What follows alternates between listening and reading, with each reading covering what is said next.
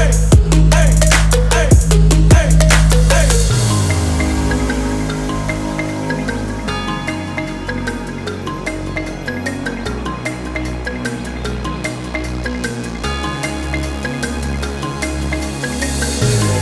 up? How are you? How are you doing? How's your week? What have you been doing?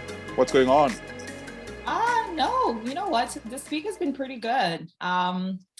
Not up to a whole lot. It's been raining really all day, every day, I think most of this week in Toronto. So just working.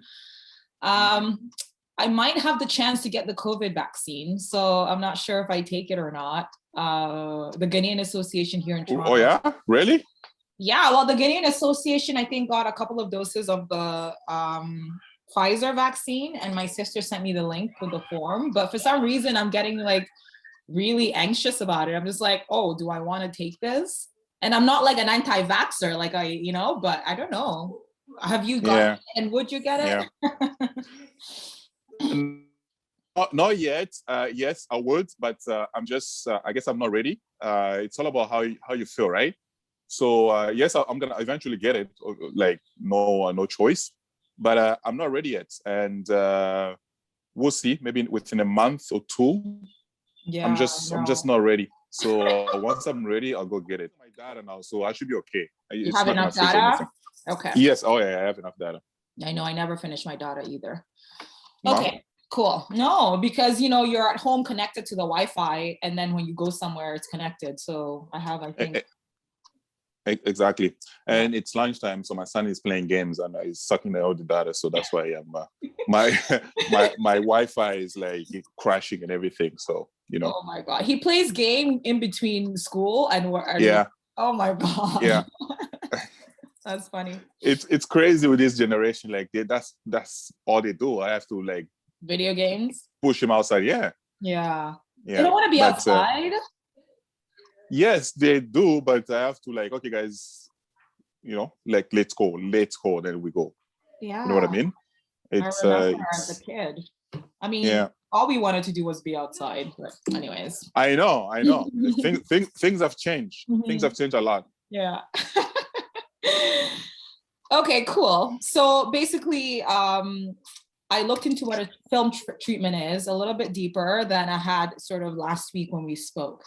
And by deeper, I mean that I watched a very informative YouTube video by a guy that I discovered called Alan Northern. So I really just, when I like information presented to me in like a very direct, succinct, very bite-sized way, And so I like people that are direct and say what the thing is. And I think he delivered quite nicely, and I was able to immediately understand what I need to do to get started. And that's kind of what I needed after reading a little bit about what a treatment was. So Alan Northern describes a treatment as a tool that helps, the writer further develop their ideas before they write the screenplay. And so this is what you kind of use to test your idea. Oh my God, I have a brilliant idea, but is this an idea that I want to spend all this time writing and developing? Is it still interesting to me after I've written like a couple of pages about it? Exactly. For personal use, but also it's something that you use when you go to a producer. If you want them to read your script or your screenplay, you're saying here's the treatment. Because it's a much shorter document, this is the idea. If they find the treatment sort of moving or interesting, then they want to read your screenplay. So it plays that dual role. So yes, and I think you kind of already mentioned that as well last week. So typically it's about 2 to 6 pages long and has the following segments. You have a working title, because usually at this time you haven't solidified your title. Our working title is Ordinary People. Genre, I guess we're in the drama category. Yeah. Then you have to write a log line, and log line is basically a 1 to 2 sentence attention grabber for the film. So by reading the log line, anybody should be able to understand what the story is about. So a log line is extremely important, and I think he explained it as a structure being how to write the log line would be my main character who. And then you have to insert what your internal desire is. So you have a main character, describe them a little bit. What is your internal desire? Describe that a little bit. And then what is the conflict or the antagonistic force that's stopping them from sort of fulfilling this desire? So that's kind of. Oh, nice. that's a very nice description. I like that. I like You that like you went that? to the. I like that you like he went to that extent. That's very good. It I gives a really good know. idea of how to write a log line. That's literally a formula, right? Yeah, yeah. So this plus that equals a log line. So that really helped. Okay. And then obviously, And sometimes just a log line can sell a movie. You know that, like just oh really? a producer. Oh yeah, a producer can just read the log line and say, you know what, I like the idea. That's it. It's very important. Like just the log line is very, very important. So yeah, I mean, this is a little bit meta, but you can imagine the log line in your treatment is kind of like the treatment for the treatment. Exactly. The log line is the treatment for the treatment. So when a producer reads the log line, they're going to be like, oh, I want to read this treatment. Same way, if somebody reads the treatment, they're going to say, I want to read your script. I want to read the script. Exactly. Yeah. So I like that. I like it. That's a little bit insane, but that's the way to put it. And then obviously there's the character breakdown. You talk about who your characters are, give them a bit of a personality and life. Basically who they are, why they matter, and what was their life like before the story began. And then you have to launch into the story synopsis. And that he broke down into 3. Act 1, where you set up the story. So the world that we're living, you know, your characters are going to play out in. What is it like, blah, blah, blah, before the conflict arrives. Act 2 is the conflict itself. And that's the meat of the story. This is when something happens to shake up your characters' lives and like they have to go through it.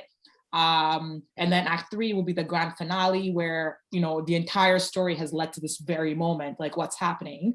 And then there's the finale, the resolution, where a solution comes by, whether positive or negative, at least like the conflict gets closed out. So perfect. Now that we understand what a log line is, not a log line, a treatment. A treatment. That sounds really good. That sounds really good. And yeah, so we I think we kind of jumped a step. We jumped and write the script, but I think by writing the script, we'll be even more equipped to write the treatment, right? Because we know where the story is going. We have all the ideas. We've already spent a lot of time doing researches and writing the script. So I feel like it's gonna be easy to write the treatment at this point, at least, right?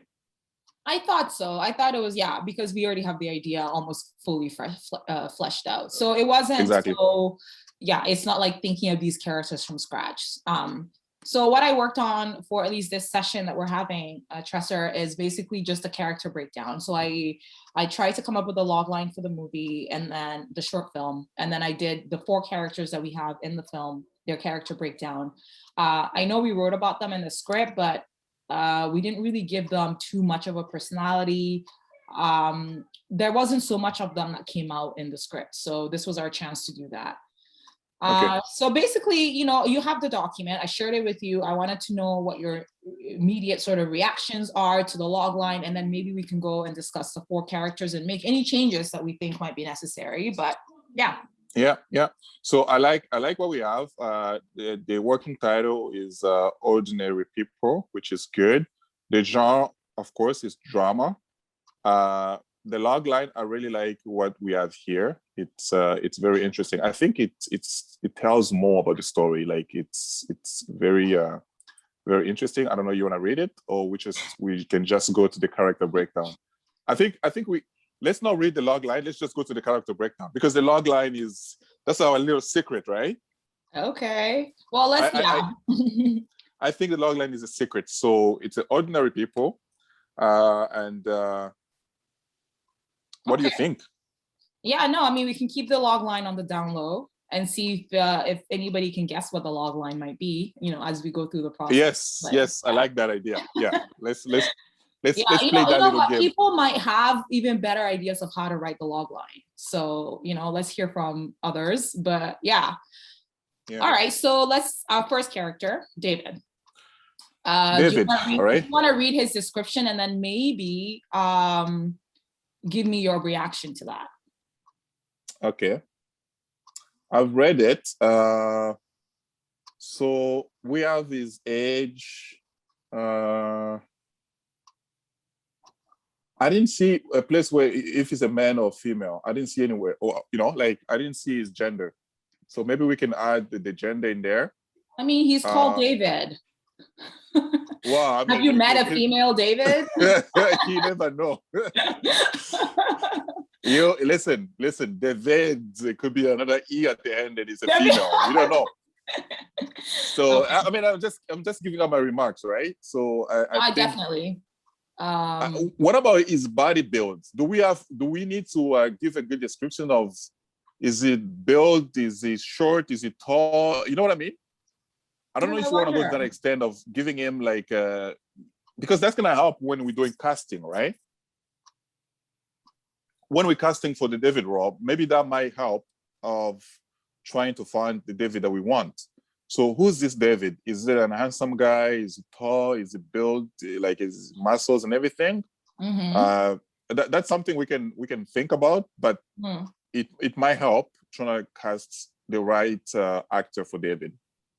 Okay, so maybe include more of his physical attributes.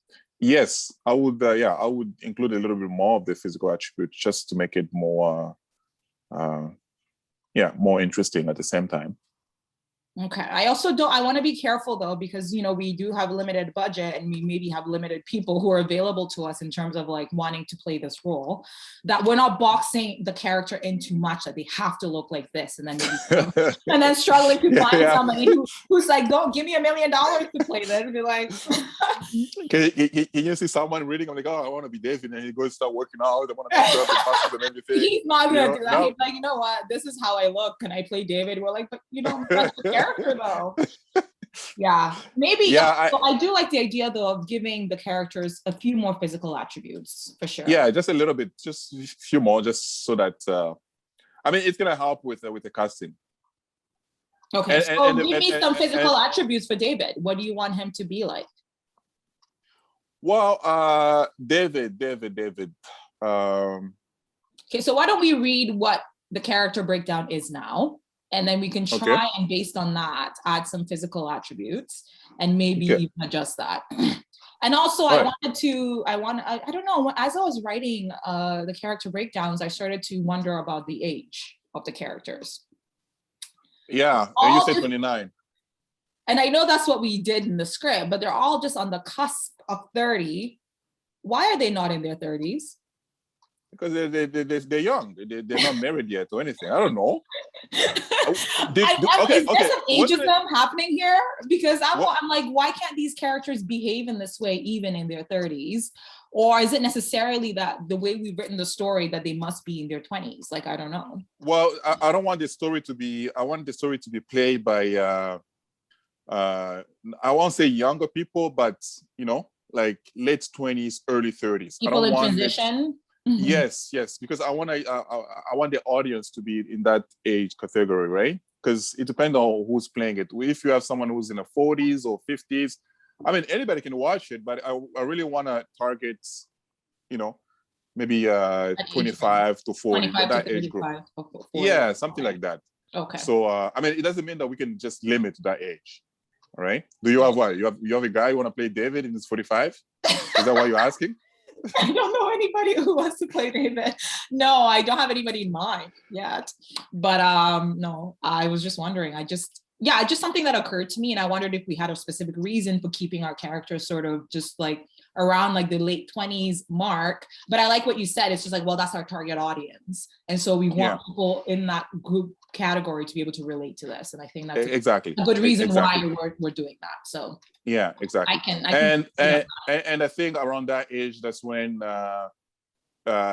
people are getting stabilizing themselves, like maturing. They want to get serious, right? I mean, how old people are getting serious now? How old people are getting married now?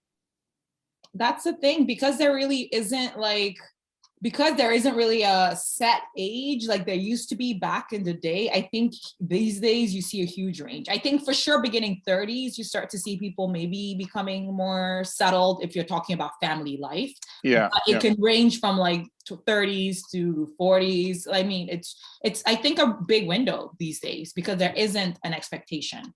Yeah. Okay. Yeah, and I think let's keep it at that age because we have more because we don't have a big budget, right? So I think with that age group, we could get more casting, like A bigger pool. A bigger pool. So so we can choose from. Yeah.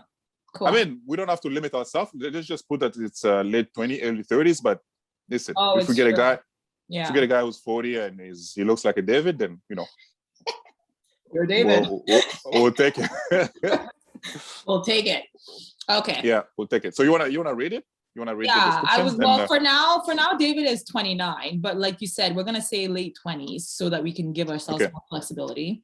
But 29-year-old David's life is finally falling into place.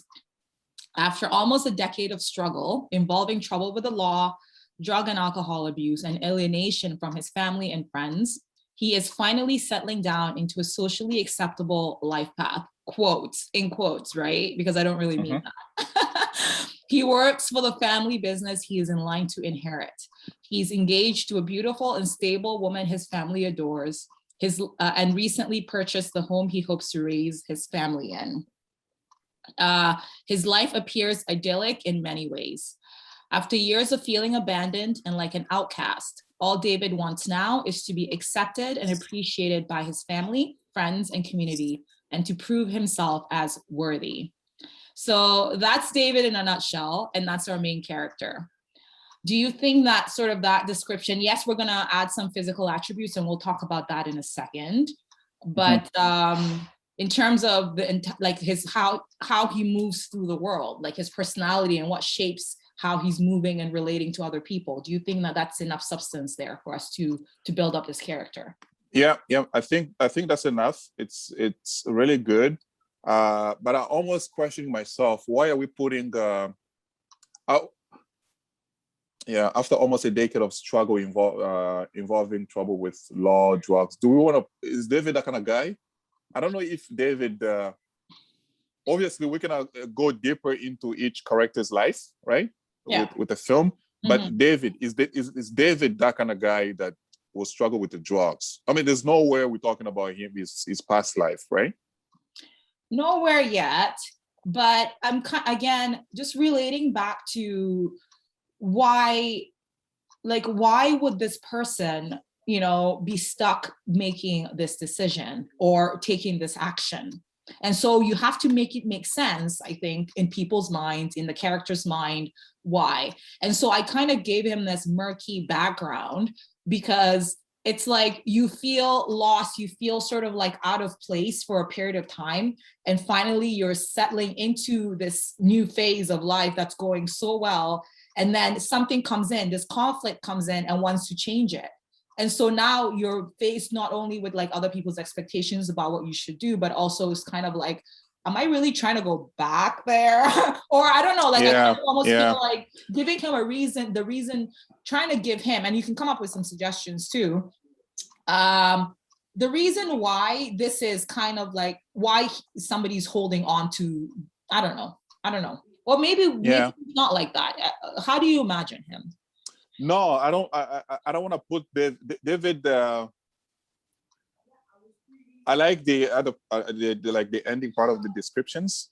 I don't like putting David in that category of drugs and struggling with the law and everything. I think David is just a straight good guy who's always been doing good things, good intentions, but he's just been abused by other people, right?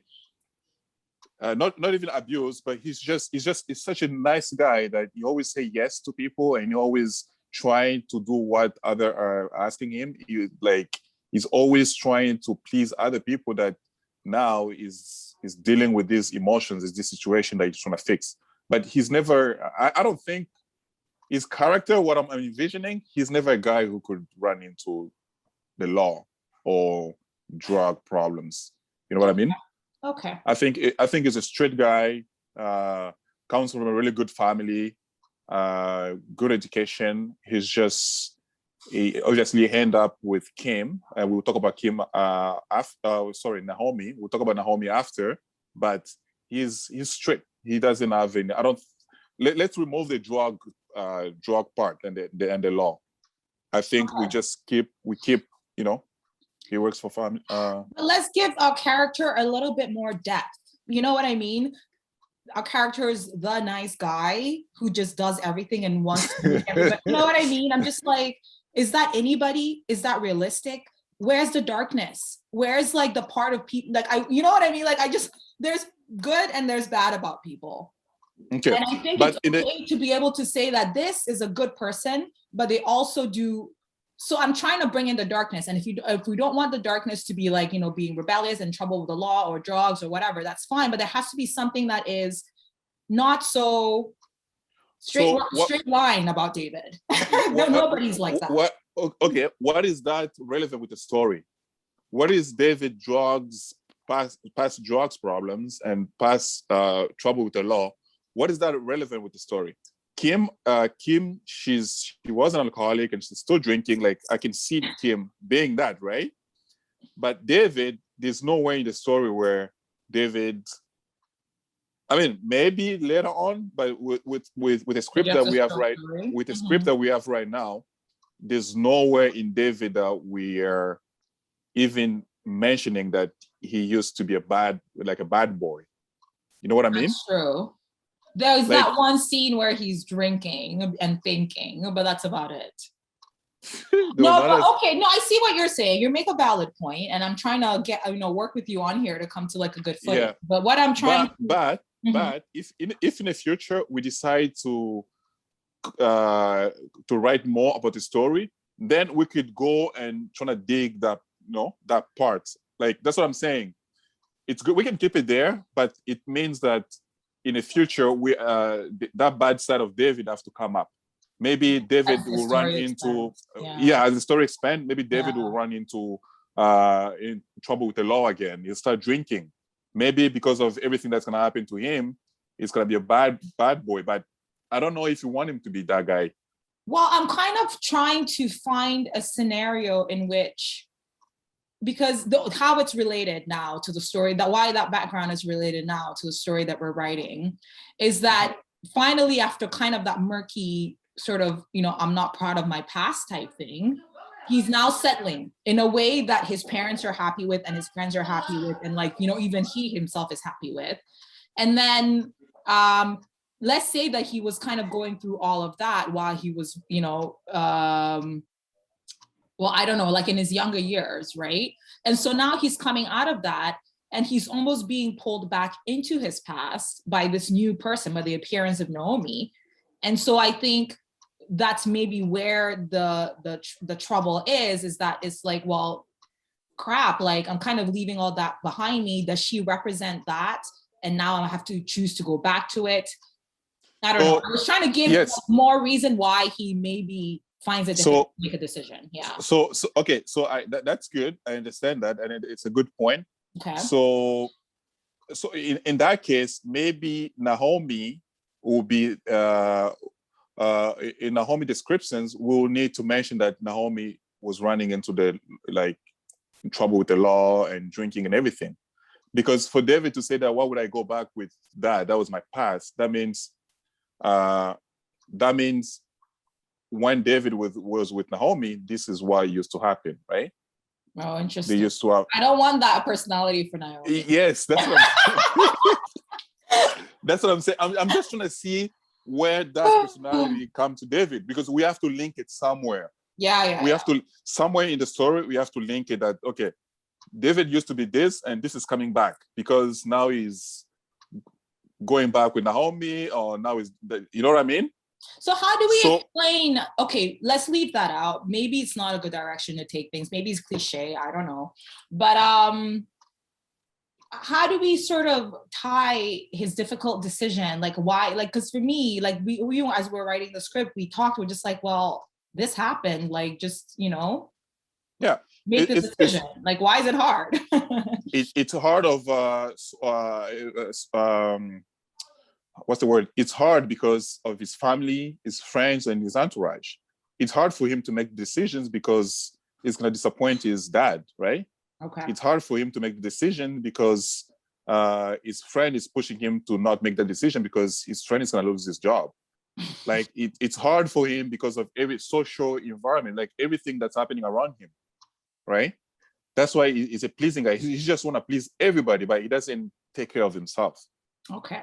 You know what? Yeah. You know what I mean? You know what? Maybe his flaw then is that maybe what we're trying to highlight here is kind of like all the negativity that comes with people who always maybe overly focus on what others think about them. Exactly. So people pleasing is kind of really the crutch here, where he's so concerned about how he looks to others and how other people perceive him that he's not able to make a decision for himself that benefits him. You exactly. know? So maybe that's his struggle. Okay. Yeah. You can limit it to that. I mean, I think that's also a good sort of, he doesn't have to be bad, you know? No. I don't see him. I don't see him. Why do you want to play David? I don't want to play David. I'm just saying I don't see him that way. You're relating too much to David, okay? And I'm relating too much to Kim. Well, Kim, maybe Naomi. Yeah. Well, because we wrote a story, we play roles, so it's like, okay, this is how I'm thinking. But anyway, so let's. Okay, so I can modify that for David's description. Yeah, just a little bit, and add a little bit of David physical appearance. I don't know. What do you think? So so we're saying that he's Caucasian, right? Or should we not? Or what is he? Yeah, he's definitely. Put it as Caucasian. Yeah, you want to specify? I was thinking that I wanted to make his friend Matt sort of mixed. No. Then it looks.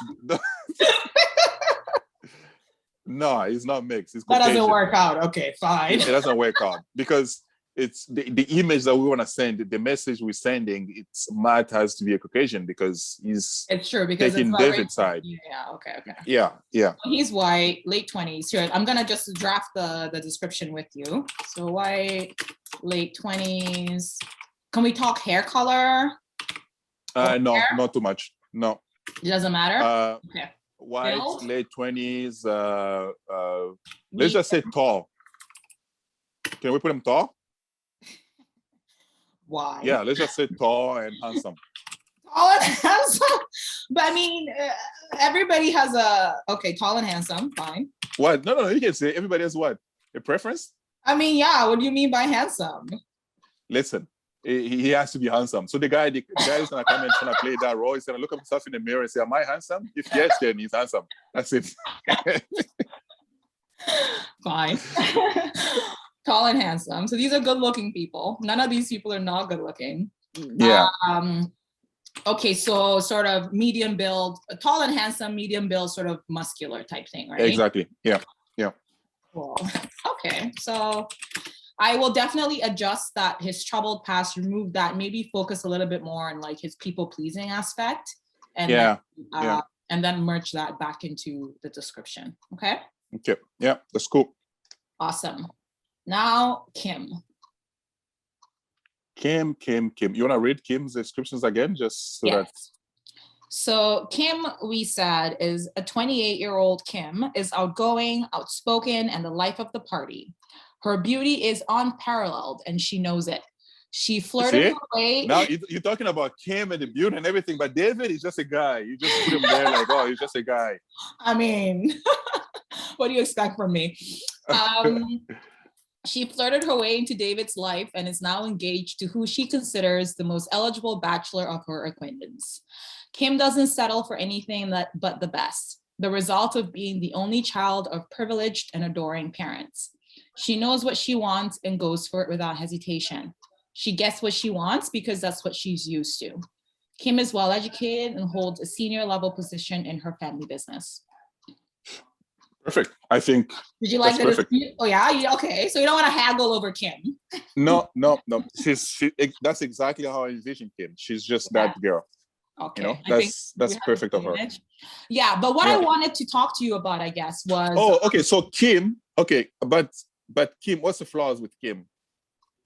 Do we want to talk a little bit about Kim? Oh yeah, it comes out. Kim is spoiled, and that's kind of why I try to focus on, she doesn't settle for anything but the best, the result of being an only child, privileged and adoring. So trying to drop hints here that she's stubborn, used to getting what she wants, and a little bit spoiled because she always gets what she wants. So that's kind of her, like, that's how she moves through life. And, we talked about maybe bringing in some aspects of like, unconscious white privilege. And I think Kim could represent that because she's not really doing anything wrong. This is just how she was raised and this is how she has experienced the world. But then in behaving this way or acting this way or moving through the world in this way, she doesn't acknowledge how privileged she is. You know what I mean? Not only from being from like a wealthy family, but also like her skin color and all of that. So I didn't include her sort of alcoholism here because I know we have a moment in the script where she is drinking a little bit too much because I guess I wanted to understand what in her background would drive her to this behavior. And I'm thinking maybe even though she was privileged and adored by her parents, that maybe she didn't get attention from them. So she parties and goes wild as a form of getting attention or like as a way of coping. Could that be like a reason? Yeah, that could be an explanation for why she drinks and why she drinks. Yeah. So are you gonna add something like that in the descriptions that explains why she's drinking? Do we need to do that, or is the privilege and all of that? Okay, you know what? So far I like this descriptions. Let's keep it like that for now. Yeah. Maybe we'll revisit it after and add a few things here and there. But Kim's descriptions are like, I think it's legit. Yeah. So yeah, for sure. And I think that this is just a draft, obviously, like of the treatment. As we keep working on it, we'll adjust the character descriptions as well. I think this is just to get started. Oh yes, so what I wanted to talk to you about was how David met Kim. And we keep talking about family business because David has, and we, later in the story, we find out that, David's family business is heavily supported by Kim's family business. And so I wanted us to maybe think a little bit about what business they're both in. And like businesses that are a bit complementary. So maybe Kim's family owns supermarkets and David's family supply the fruit. Something like, something that's a reason for them to meet, a reason for them to be working together, and a reason for David's family business to be reliant on Kim's family business for money in a way. Because that came up a little bit, right? Yeah. Okay. Yeah, that's a good point. But do you want to do it on these short films? Or this is something that we'll do whenever we're exploring the story a little bit more in depth after? You know what I mean? Maybe, I think it's just good to know. Maybe, I don't know. Like, we could just think of a business now. Yeah, we can think of a business. But yeah, you're right. Is it relevant is what you're asking. Like, is it relevant? Yeah, right. Now it's not. Now it's not relevant because we're not even talking about what kind of business. The story is straightforward. We're not talking about, we just know that David family business is depending on Kim's family business, right? Yeah. But we don't go into depth on saying, okay, this is what's happening and this is what David needs and this and that. But I think it's a good point. Maybe we could put it as a reminder on the side. Whenever we go into depth, like we develop the story a little bit more, elaborate, then we'll talk about that. Yeah. Okay. That's definitely something that we could add in the future. Just explaining more of what's happening between the two family businesses. Okay, yeah, because I think we need to define that, but maybe not for this short film. Yeah, exactly. Because we don't want to do too much, right? We don't want to we don't want to end up with this like 10 pages of treatment and the story is like 18 minutes. Like, what's going on here? It's gonna take we didn't finish making the movie. It's gonna take me 10 more time to read the treatment in the script. But the idea is that the guy is gonna take the treatment and read it really quick, and it's like, okay, I like it. Then he goes in the script and start reading the story, right? So we don't want to make it too complicated. We would just want to stick to whatever we have as the best of the story. Okay. But like this story has the potential to being a web series or TV series. So I guess even the treatment, we can have to revisit it after whenever we want to continue with writing and putting more episode out there, right? Okay, sounds good. Yeah. All right, so pat on the back for doing Kim really well. Nice, good work. I like that. I like it. High five. What happened there? We haven't high-fived in so long. I know. We keep arguing. That's the problem. We stopped getting along. Now we're just arguing. Yeah. But it's fun. It's good. That's how you know that something is working. All right. So Naomi, should we move to her? I'm interested to hear what you have to say. Okay, so Naomi, we're saying, oh wait, so Kim, should we give her some physical attributes as well? Yes, and did we mention this is Caucasian as well? Do we need to say? Yeah, I guess we need to say, because Naomi, we're saying African descent, right? Yeah, because I think for this to work, Naomi has to be African or like Black. Yes, definitely. Yeah. So, okay. So it's good that you put it. I think we should put ethnicity in there, because we don't want to do casting and we have like people coming and say, "I want to play Naomi," but they're not Black. So it's like, let's put it in there so it's there, and it's clear. Whoever want to play that role who know that, okay, this is the ethnicity that they're looking for, right? Yeah, I agree. Sometimes I don't like it because it's like putting a barriers or putting, blocking other people. But for this specific roles, we have no choice. That's the ethnicity we want. Because it's a race discussion, and so there must be race. Exactly. Discuss. Yeah. Exactly. Yeah. Okay. So I'm saying white, late 20s. I mean, we already know she's beautiful. Is there a hair color preference or anything like that we need to put, or it doesn't matter? No, it doesn't matter. Okay. Then we don't really need a description for her then, because we already said she's white, late 20s. That's about it. Yeah. All right. Yeah. I mean, medium, like slim. Do we want how do we body build? Yeah, slim. No booty. No booty? Oh my God. No, I had some booty, please. Don't. Slim, but with booty. No, don't write that. I'm just joking. I'm writing it. Come on, don't write that. I'm joking too, obviously. It doesn't matter. It does not matter. Okay. Yeah. So 29-year-old Naomi, or Nomi. How are we calling her? Is it Naomi or Nomi? Well, it's written Naomi, right? Naomi, but I guess we can say Naomi. Nomi? Okay. Yeah. 29-year-old Nomi is of African descent and has a vivacious and adventurous spirit. Now, I won't lie here. This Nomi is looking dangerously like me. So let me know. That's how I'd like to describe I can't believe it. Are you gonna audition for this role? Oh my God, are you gonna let me? I don't know. You know too much about this. You see, you're like, I don't know. You know too much about the story, so we'll see. Yeah, if you let me, I will. But we'll see. We can talk about that closer to that.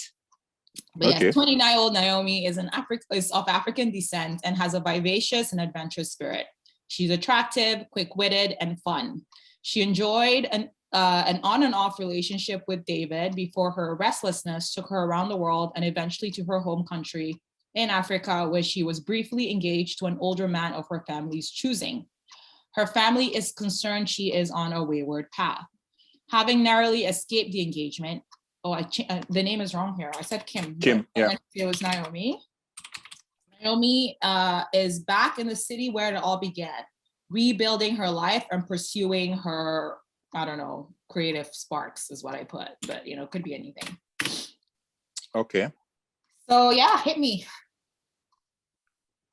Yeah,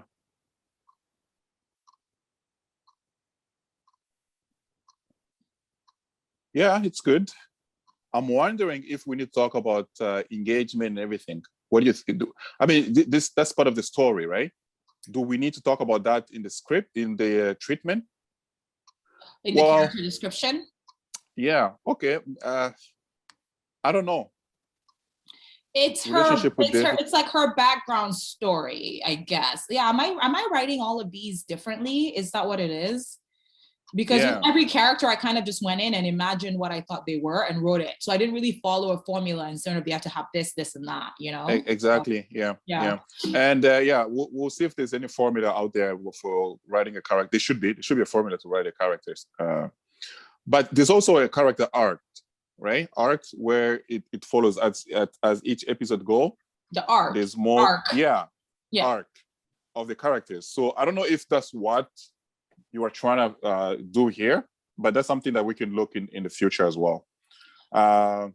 With this, I'm basically trying to situate them in their life, like almost thinking about Act 1, because writing Act 1 says, what is the world your characters are living in now before the conflict arrives? So in writing these descriptions, I'm just trying to situate them in like their present moment. How did they get from wherever they are to this moment? And for Naomi, just kind of like her background. This is how she is, her personality. This is what she's been through. And we meet her for the first time in the city, but this is what's happened in the back.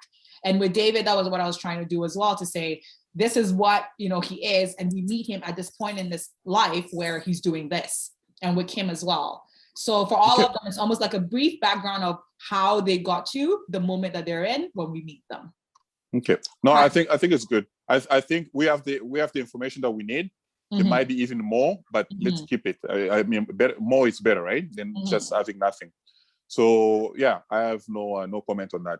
Obviously, maybe we'll see in the future, but I think we have the necessary information that we need for that character.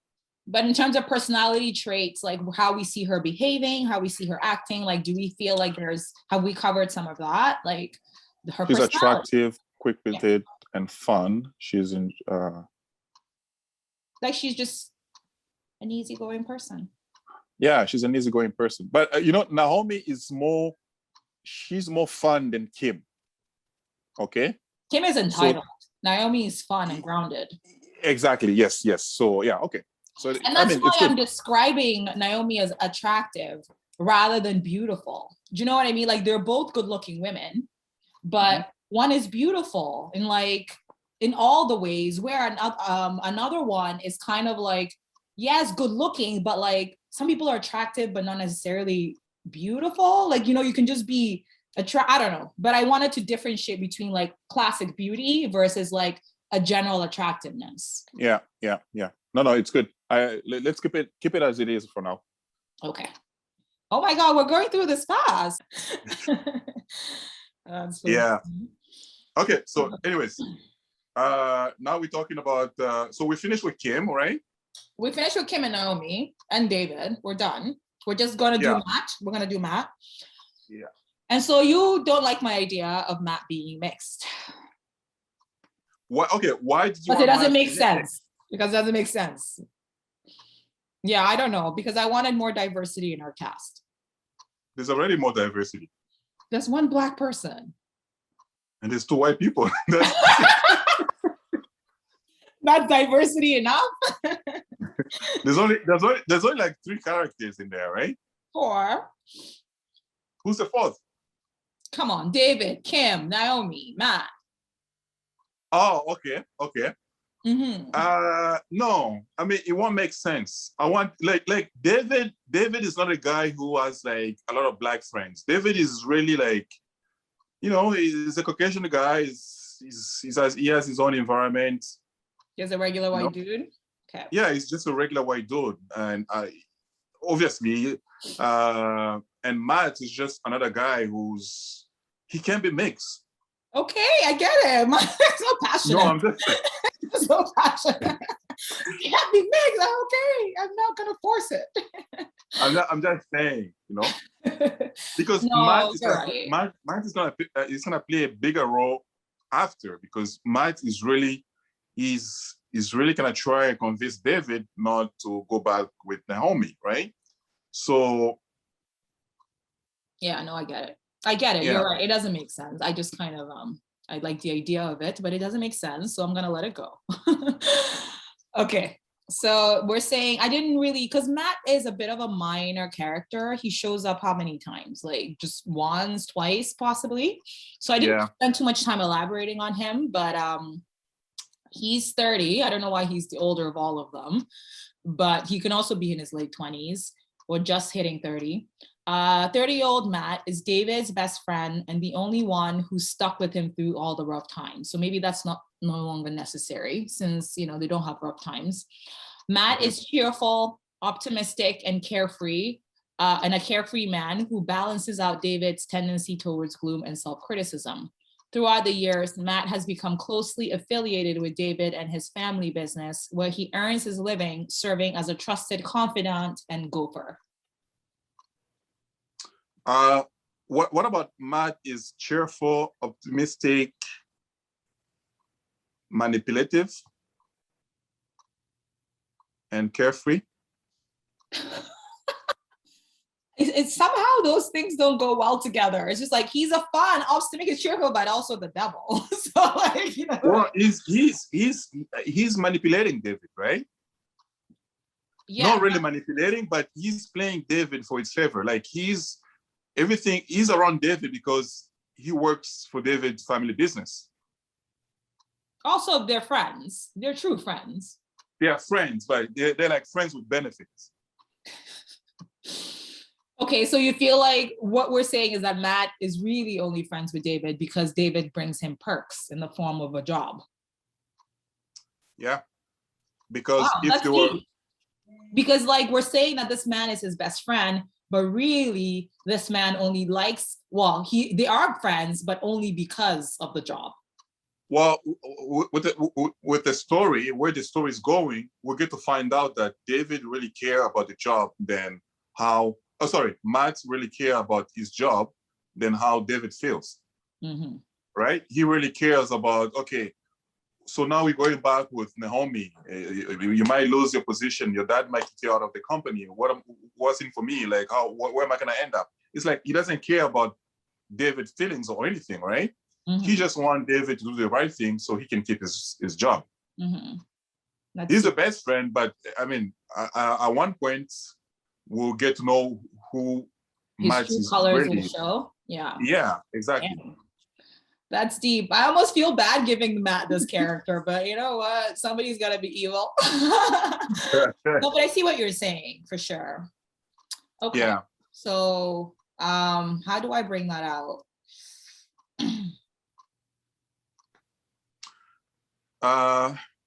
Best friend. Throughout the years, Matt has become closely affiliated with David and his family business, where he earns his living serving as a trusted confidant and gopher. David loves his job and will do anything to keep it. David or Matt? Oh, sorry, Matt. Matt loves his job and will do anything to keep it. Should I add that in the description, maybe? You don't want to add just a little manipulative as his personality? Yeah. We don't have to say he's manipulating David or anything. Optimistic and a carefree man who balances out David's tendency towards gloom and self-criticism. He has also been known to manipulate people to get his way, or I don't know. Oh yeah, hold on. Matt is a cheerful, optimistic, and carefree man. Maybe instead of who balances out David, we can say who uses his charm to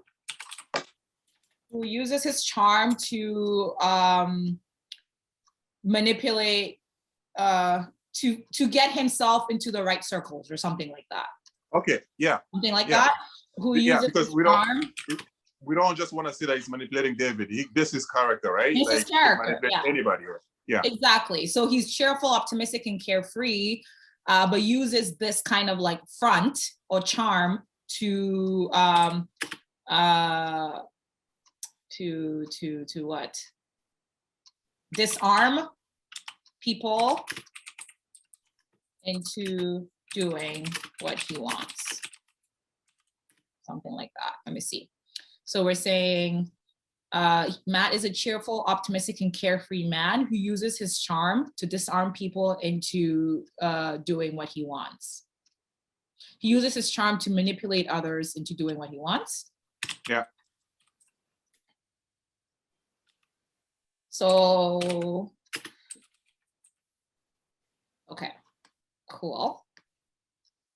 All right, so yeah, I know what you're saying about Matt. So I'm gonna maybe rework that sentence to make sure that fits in nicely. No, I think that's it for now. Okay, perfect. So, well, I mean, we'll reconnect on Friday, but don't feel we're not talk about emotions. We'll talk in between. Yes. Yeah, we'll definitely talk. Let's talk in between. Let's connect if you have any questions or anything. But in the meantime, I'll send you the videos, and if I have any questions, I'll send to you. But whenever you have a chance, send me a quick email or text with the details that I. Oh yeah, okay. Maybe I'll do that right after. Yeah, okay. Under your name. Okay. All right. All right. Cool. All right. Nice talking to you again. Bye. Enjoy your day. Peace out.